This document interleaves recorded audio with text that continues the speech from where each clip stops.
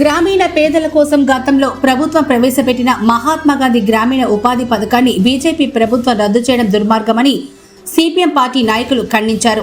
శుక్రవారంలో బుచ్చిరెడ్డిపాలెంలో గాంధీ విగ్రహం వద్ద CPM party ఆధ్వర్యంలో నిరసన నిర్వహించారు. ఉగాది పథకం పేరు మార్పిడి ఉత్తర్వుల పత్రాలను దగ్ధం చేశారు. ఈ సందర్భంగా వారు మాట్లాడుతూ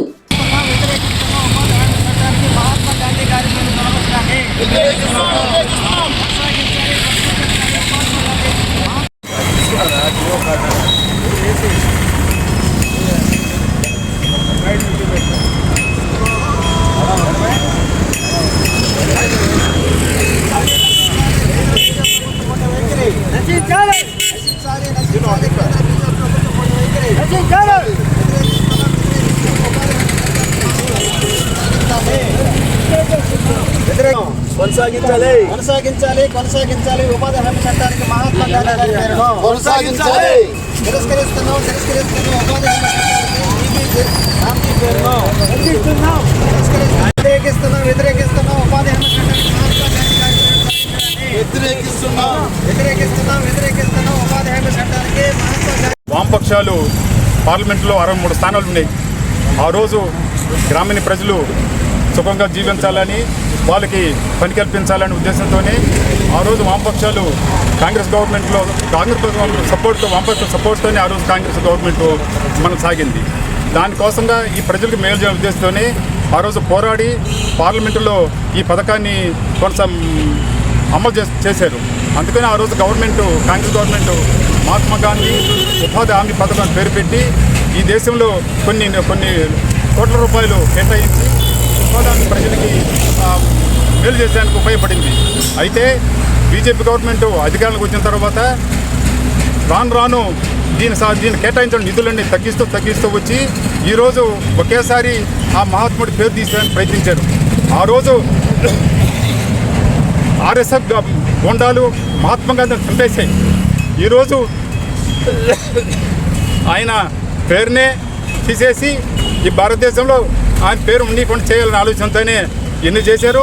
దీనికి మా పార్టీ రాష్ట్ర కమిటీ కానీ కేంద్ర కమిటీ తీవ్రంగా నిరసన తెలియజేసింది. ఆ నిరసనలో భాగంగానే ఈరోజు ఈ మన గాంధీ గారికి పొలమాలేసి ఈ నిరసన తెలియజేస్తున్నాం. ఇది గాంధీ మహాత్ముడి పేరు మళ్ళీ పునఃప్రారంభం చేసిన దాకా ఈ నిరసన తెలియజేస్తూ ఉంటాం. మా రాష్ట్ర కమిటీ పిలుపు మేరకు మేము ఈ కార్యక్రమం కొనసాగిస్తామని తెలియజేస్తున్నాం.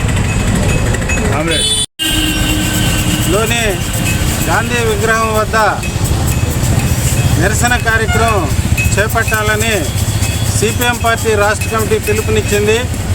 దీని ఉద్దేశం ఏమిటంటే 2005లో మహాత్మా గాంధీ గ్రామీణ ఉపాధి హామీ పథకం అనేది ఆ రోజు అన్ని పక్షాలు, ముఖ్యంగా అఖిల పక్షాలన్నీ చేసినటువంటి పోరాటంతో గ్రామీణ ఉపాధి హామీ పథకం అని గాంధీ మహాత్ముని పేరు చేర్చి ఆ రకమైన పథకాన్ని పెట్టడం జరిగింది. పెట్టే నాటికి సుమారుగా 2 లక్షల కోట్లు ఈ భారతదేశంలో అన్ని రాష్ట్రాల్లో, ముఖ్యంగా ఎవరైతే కార్మికులుగా జీవిస్తున్నారో గ్రామాల్లో వారందరికీ పని కల్పించాలనే ఉద్దేశంతో చేయడం జరిగింది. 2 లక్షల కోట్లు కేటాయింపు కూడా ఆ రోజు చట్టం చేసిన రోజు కేంద్ర ప్రభుత్వంలో జరిగింది. ఆ జరిగినటువంటి పథకం తర్వాత కాలంలో 2,20,000 కోట్ల వరకు దాన్ని పెంపొందించారు కూలీల ప్రయోజనం కోసం. ముఖ్యంగా గ్రామీణ ప్రాంతాల్లో ఉన్నటువంటి పేద కార్మిక వర్గానికి, బలహీనమైన రైతాంగ వర్గానికి తోడ్పాటు అందిస్తుంది, వారికి జీవనభృతి కల్పిస్తుందనే మంచి ఉద్దేశంతో ఆనాటి పార్లమెంటులో దీన్ని గ్రామీణ ఉపాధి హామీ పథకం చట్టం చేయడం జరిగింది.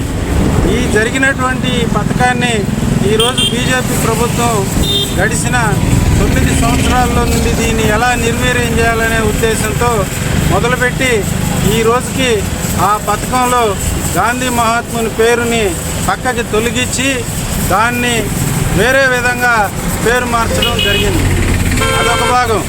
రెండోది ఏం జరిగిందంటే బీజేపీ ప్రభుత్వం వచ్చి ఇప్పటికి 9 సంవత్సరాలు అయినప్పటికీ కూడా ఈ జరిగిన కాలంలో 2 లక్షల కోట్లు ఉన్నట్టే గ్రామ సీమల్లో ఉండే కార్మికులకి ఉపాధి లేకుండా చేసేదానికి, ఉపాధి కోల్పోయేటట్టు చేసేదానికి వారికి కాలువల పనులు కానీ, లేదు పొలాల్లో పనులు కానీ, కంకర మైదానాల్లో కంకర ఏరే పను కానీ, లేదు పొలాలు చదరపెట్టుకునే దానిలో కానీ, ఇవన్నీ కార్మికులకి గ్రామీణులకు సంబంధించిన ఈ పనులన్నీ కూడా ఆ 80,000 రూపాయలు కూడా లేకుండా చేయాలనే ఉద్దేశంతో ఈ పథకాన్ని మార్పు చేసి ఏం పెట్టింది,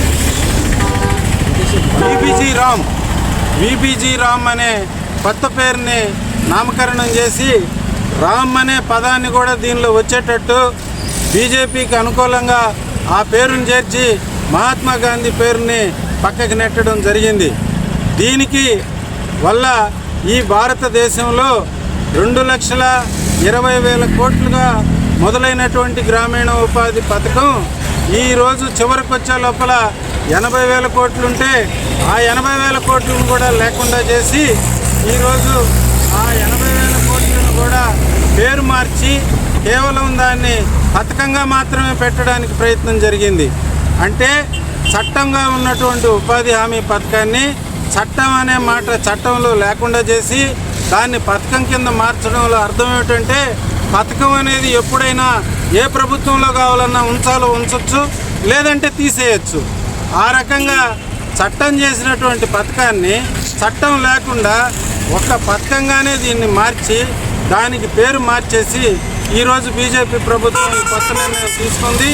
దీనివల్ల భారతదేశంలో ఉన్నటువంటి సుమారుగా 20 కోట్ల మంది గ్రామీణ పేదలు అల్లాడిపోయి ఇబ్బంది పడే పరిస్థితి ఉంది.